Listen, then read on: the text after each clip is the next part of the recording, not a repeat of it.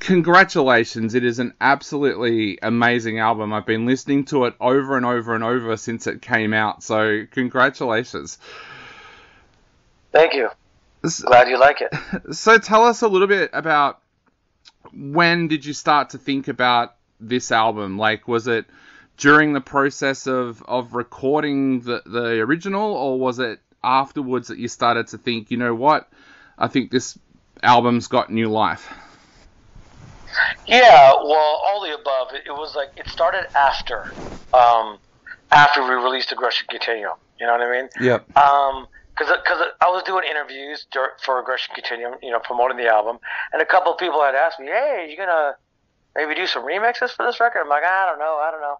Then I started giving it some thought. It's like, oh, maybe I should do like 2 or 3 songs. And so I had reached out to Reese Fulber, who everybody knows he's like the 5th band member of Fear Factory. I reached out to him and said, "Hey, I want to do a couple of remixes. Can you start some stuff and see how it goes out?" And he said, "See how it comes out." And he says, "Yeah." So he did a couple of songs, and it was coming out really good. And I was like, maybe I should do a full length. And so I reached out to the record company, and they said, "Yeah, go for it." And so that's exactly what I did. I reached out to a few other remixers to help out with the process, and it came out great. You always seem to know the right people to collaborate with. How do you know that? Like, is there people out there that you listen to their music of and listen to their work of and think, I'd like to work with them one day? Or how do those collaborations normally start off for you? Usually it's like somebody that I'm a fan of. Yep.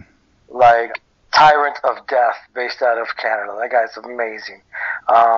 DJ Zardonic, who lives in Berlin, but his nationality's Argentinian. He's really good.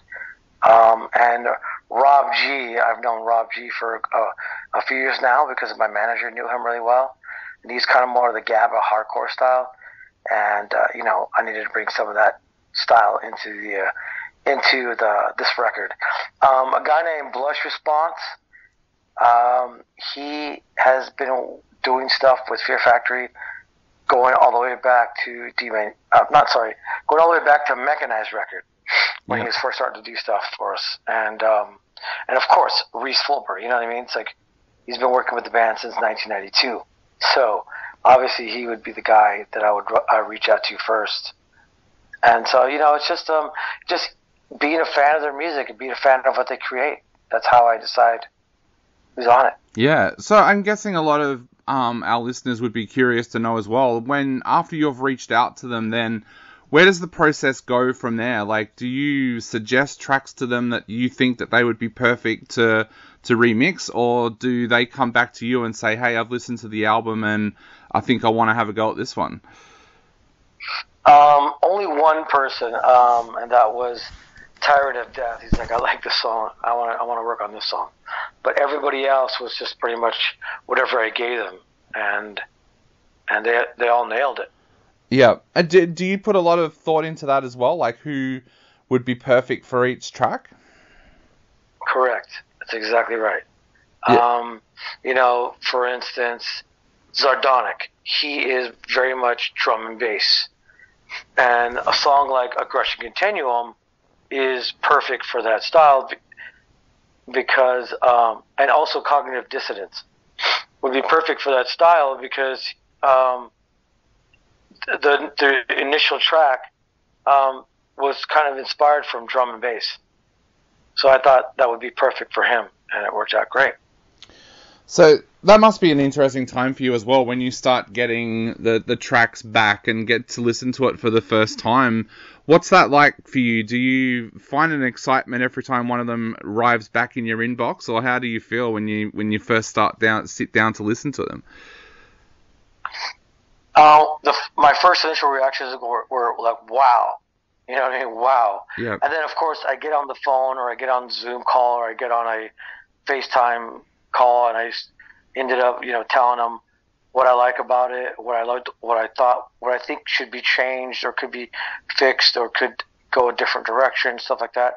Yeah, we go through those discussions after I first hear their initial idea. And then and the process just kind of grows from there, and then I put my 2 cents into it, obviously, and then and then usually the outcome is something usually amazing. Like, for instance, the song "Fuel Injected Suicide Machine," "I Am the Night Rider," which is based off the movie Mad Max. That song, that was a combination of two guys. A guy named Dualized, who's based out of Italy. His name is Giuseppe Bassi. Him and Sardonic collaborated on that track, and myself as well. And it came out amazing. It's like one of my favorite songs. Yeah. Talking of that inspiration, getting inspiration from Mad Max, I also do a lot of film journalism, so I'm always curious about when musicians get inspiration from films. Has that been something that you've found throughout your life, that you've got inspiration from films and things like that you've sat down and watched? Yes. From the very, very beginning of my, sci-fi fantasies of watching these movies, I was like, wow, I would love to create music for that. And I kind of did. Yeah. When I wrote this album, Demanufactured, I was definitely watching, very meticulously watching Terminator and Blade Runner and Dune, and movies like that to really be inspired on the visual. I loved visually how those records looked, and I wanted to create the soundtrack for those visions. And that's how I saw it.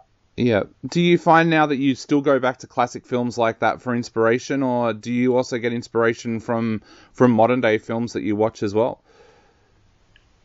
Definitely modern day films. I mean, anything that pretty much promotes a feeling, any kind of movie, I get inspired by. Will we ever see the day when you sit down and do an entire movie soundtrack of your own, do you think?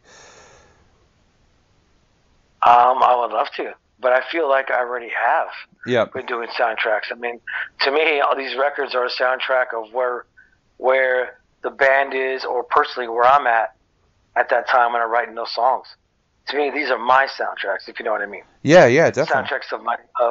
Soundtracks of our lives, soundtracks of, if you want to generalize it, just soundtracks of what's going out there in the world. Yeah, and that comes too with like longevities of bands. Like, I can pinpoint different times of my life when one of your tracks were playing or something like that. Do you find that a lot of your fans talk to you about that these days as well? Like, that track got me through high school, or that track was a track that I listened to during breakups?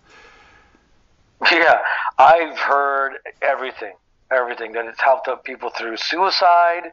It's helped them through depression. It's helped them to overcome certain insecurities about themselves. There's a song called "Final Exit" that deals with people who are terminally ill and assisted suicide, or just assisted death. I've had a lot of people tell me that their mother or their father, their grandfather, or somebody in their family was terminally ill, and just how that record or how that song really hit them really hard, because the song deals with those type of situations. And everybody's had some sort of relative or older relative that was dying from a terminally ill, whether it's cancer or whatever. So a lot of people could relate to that song. Yeah. And that one was the one that really hit a lot of people, like, emotionally. That's really, really deep. How do you feel when somebody reaches out to you and says something like that track stopped me from committing suicide, or that track got me through one of the hardest parts of my life? How does that make you feel as an artist? It makes you feel really good that we were able to, touch somebody one way or another. You know what I mean? Like, whatever emotions that we provoke, it makes you really feel really good when you get that kind of feedback, that helps people, get through certain things in their life, which is great. I have people tell me that, yeah, this record got me all through high school, that kind of stuff. So yeah, definitely. Some people tell me that, they play sports and they want to play, one of our songs or one of our records to really get them pumped up before they go out and perform. Wow, I feel like that as well. Like there's several tracks of yours that like during my early years got me through some really, really tough times, and yeah, it's funny how music has that effect on people. And I know a lot of people over the last couple of years, especially here in Victoria, where we had some of the last lockdowns, some of the longest lockdowns for COVID, said that music is what got them through that time period because it was the only thing they could really have that made a difference to their life inside their house. Yeah, same thing for me. I released a record in 2021 and I released a record in 2022. This is when I had the time to really concentrate and work on those records. Yep. So, so music for me is definitely a therapy, whether you're creating it or listening to it, it's definitely, or watching it.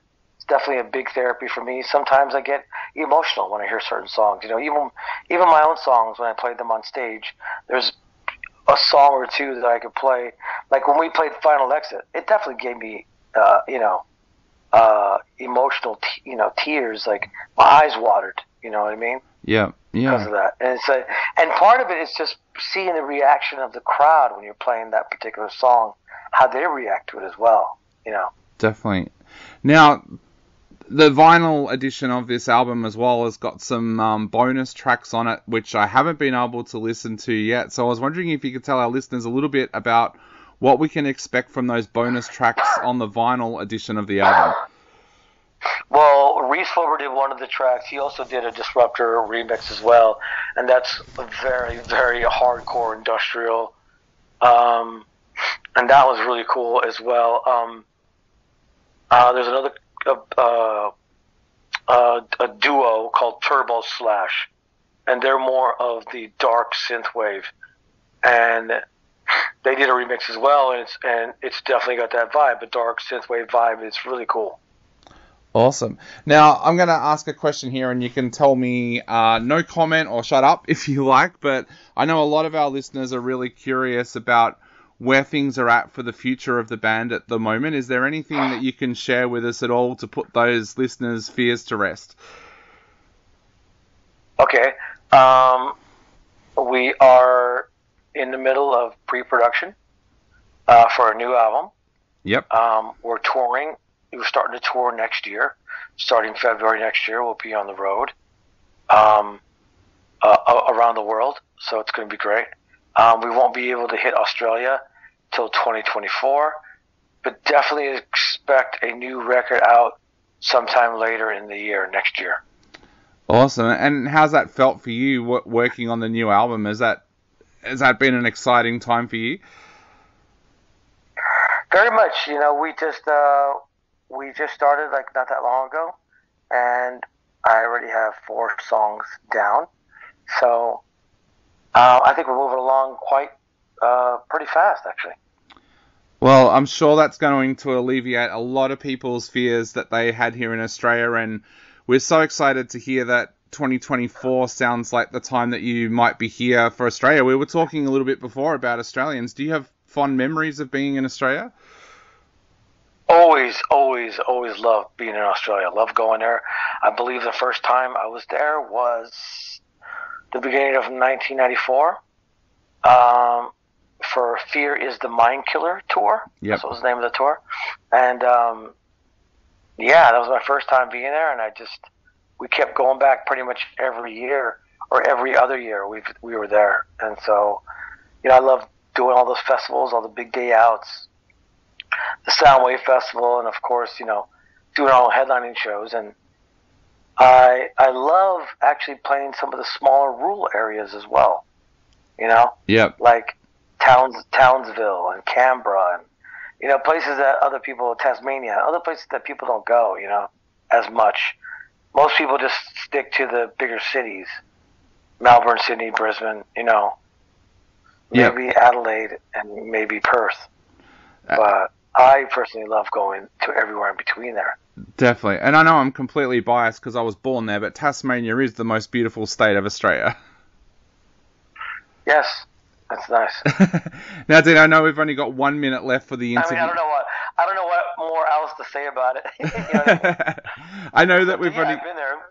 It's beautiful, but I just know that people use a certain reference to a female body part to the map of Tassie. That's correct. Yep. Yes. Peaches even did that on a front cover of one of her albums as well. So yeah. Really? Yeah. Oh, I didn't know that. That's great. So I know we've only got 1 minute left of the interview. So to wrap up, what would you like to say to all of your Aussie fans out there before they listen to Recoded, and any other general message for them as well? Well, I want to say thank you for being Fear Factory supporters from way back in the day. We were there in 1994. Australia was the first country that our second record, Demanufacture, went gold. Thank you for the support all these years. I'm going to be touring out there with Soulfly coming up at the end of the month, at the beginning of December, doing the Good Things Festival or Good Times Festival, and we'll have a couple of off days, off shows in Melbourne and Sydney.